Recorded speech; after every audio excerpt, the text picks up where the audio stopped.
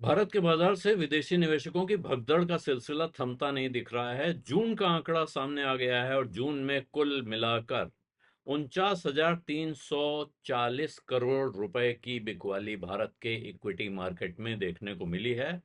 ये 5.16 billion dollar के बराबर है। क्योंकि जो दुनिया भर के जो कारण, अब उसमें ग्लोबल कारण भी हैं, घरेलू कारण भी हैं, मिलाकर इन्वेस्टमेंट सेंटिमेंट को उन्होंने बिगाड़ रखा है। और लोग बिकवाली बंद नहीं कर रहे हैं, खासतौर पे जो विदेशी संस्थागत निवेशक हैं, फॉरेन पोर्टफोलियो इन्वेस्टर्स या एफआईआई जो भी कहिए आप उनको। तो अभी अब कुल मिला के जोड़ लें अगर जून का महीना, तो 2026 में अभी तक कुल मिला के 2,70,000 करोड़ रुपए की बिकवाली हो चुकी है। ये सेंट्रल डिपॉजिटरी सर्विसेज या सीडीएसएल का डेटा है। और ये आंकड़ा बहुत दूरी से पार कर चुका है 2025 के पूरे साल की बिकवाली को।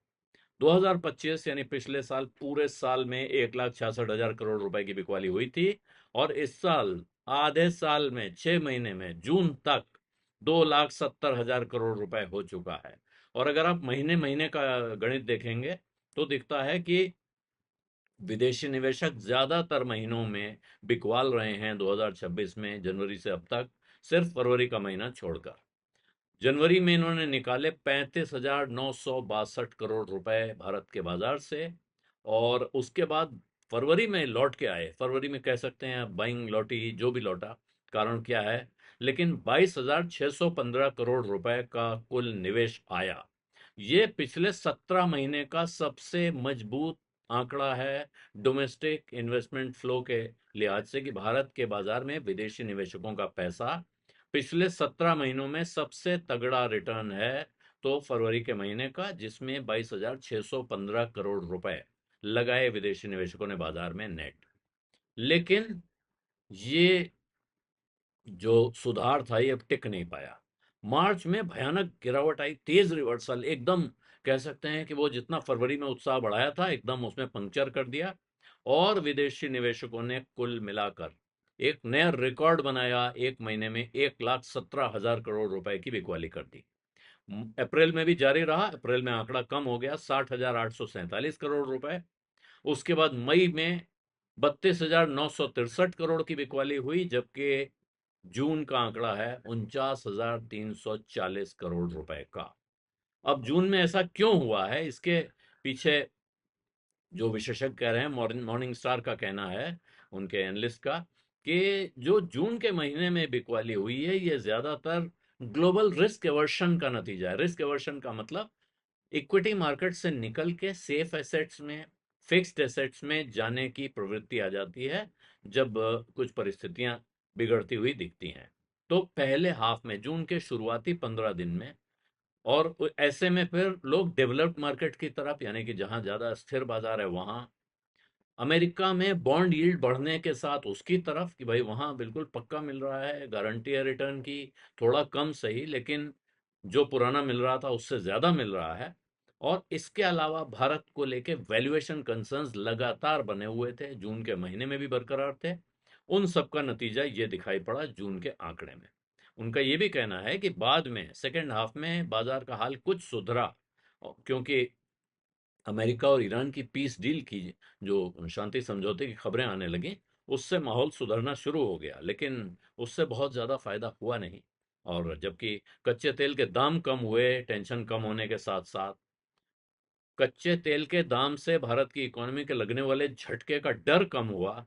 लेकिन ये इतना देर में आया था, ये सुधार आया तो कह सकते हैं बहुत देर कर दी मेहरबान आते आते।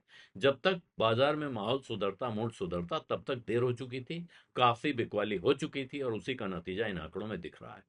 इसी तरह जियोजिट के वीके विजय कुमार हैं, चीफ इन्वेस्टमेंट स्ट्रेटजिस्ट, वो ये कहते हैं कि एफपीआई एक्टिविटी में जो मॉडरेशन आया है उसका कारण एक तो स्टेबलाइजेशन और अप्रिसिएशन है रुपए में डॉलर के खिलाफ, जो रुपए थोड़ा मजबूत होना शुरू हुआ है। और साथ में विदेशी निवेशकों की भारी प्रॉफिट बुकिंग है, जो जिसका कारण एक साउथ कोरिया और ताइवान में जो उन्होंने जबरदस्त उतार चढ़ाव देखा या उतार चढ़ाव फेस करना पड़ा उन्हें, वो भी है। और तमाम विदेशी निवेशकों की, बिल्कुल कह सकते हैं झोला भर के बिकवाली के सामने, अब जून के महीने में ही अगर आपको याद हो तो सरकार ने कुछ ऐसे ऐलान किए जिनसे कि विदेशी निवेश को बढ़ावा मिले। इसमें लेकिन ध्यान देने वाली बात है कि रिजर्व बैंक ने हेजिंग कॉस्ट एफसीएनआर डिपॉजिट्स पे एब्जॉर्ब करने की बात कही, कमर्शियल बैंक जो एफसीएनआर डिपॉजिट लेते हैं। इसके साथ फॉरेक्स स्वैप विंडो बढ़ाई गई और सरकारी सिक्योरिटीज को फुल्ली एक्सेसिबल रूट में कन्वर्ट कर दिया गया। Investment limit non resident Indians और ओवरसीज सिटीजन ऑफ इंडिया के लिए बढ़ा दी गई डोमेस्टिक इक्विटीज में। लेकिन इस सब के बाद हुआ ये है कि वो मोटे तौर पे देखें तो वो फिक्स्ड एसेट्स में, बॉन्ड्स में, उस तरह के बाजार में ज़्यादा उसका असर होना था। इक्विटी पे बहुत मामूली एक विंडो उसके लिए बन रही थी। तो असर यही दिख रहा है, इक्विटी में जो भारी बिकवाली है जो जून में भी बरकरार रही, इसके सामने विदेशी निवेशक बॉन्ड मार्केट में, डेट मार्केट में बायर रहे हैं। और जून के महीने में देखें तो विदेशी निवेशकों ने 21,652 करोड़ रुपया डेट सिक्योरिटीज में लगाया है, एफएआर रूट से, और जो फुल्ली एक्सेसिबल रूट है जिसमें कि उनको बहुत कसरत नहीं करनी पड़ती है, सीधे मिल जाता है रास्ता। और दूसरी तरफ उन्होंने वॉलंटरी रिटेंशन रूट में भी 3,246 करोड़ रुपया इस बाजार में लगाया है। तो डेट मार्केट में विदेशी निवेशकों ने पैसा लगाया है, लेकिन इसके सामने इक्विटी मार्केट में अभी भी उनके लौटने के आसार दिख नहीं रहे हैं। हालांकि आप पिछले एक दो दिन का आंकड़ा देखिए, कुछ कंपनियों के अब जो नतीजे आ रहे हैं वो देखिए, तो वहां एक तरह का एक रिवर्सल का ट्रेंड सा शुरू होता हुआ दिख रहा है। उस ट्रेंड को पूरी तरह से अनफोल्ड होने देना पड़ेगा, उसके बाद उसमें कुछ कहा जा सकता है। लेकिन आज आंकड़े देखेंगे तो दिख रहा है कुछ कंपनियां जो पिछले कुछ ही समय में, जिन्होंने 52 वीक का लो बनाया था, अब वो वहां से 52 वीक के हाई की तरफ बढ़ गई हैं। उन्होंने 52 वीक का नया हाई बना दिया है, यानी कि बिल्कुल गिरे हुए से एकदम आसमान की तरफ भागती हुई दिख रही हैं। कुछ कंपनियों में जबरदस्त रिकवरी स्टेज की है उन्होंने। तो अगर उन कंपनियों के ट्रेंड्स को थोड़ा पढ़ा जाएगा, आगे स्टैब्लिश किया जाएगा, क्या कारण है उसको देखना पड़ेगा। और परिस्थितियां अगर अनुकूल हो रही हैं आखिरकार, क्योंकि अब परिस्थिति क्या हो गई है, ईरान में तनाव बढ़ जाने, अमेरिका और ईरान के बीच में तनाव दोबारा शुरू हो जाने, दोबारा भड़कने, इस तरह की खबरों का भी बाजार पे कोई खास असर पड़ नहीं रहा है।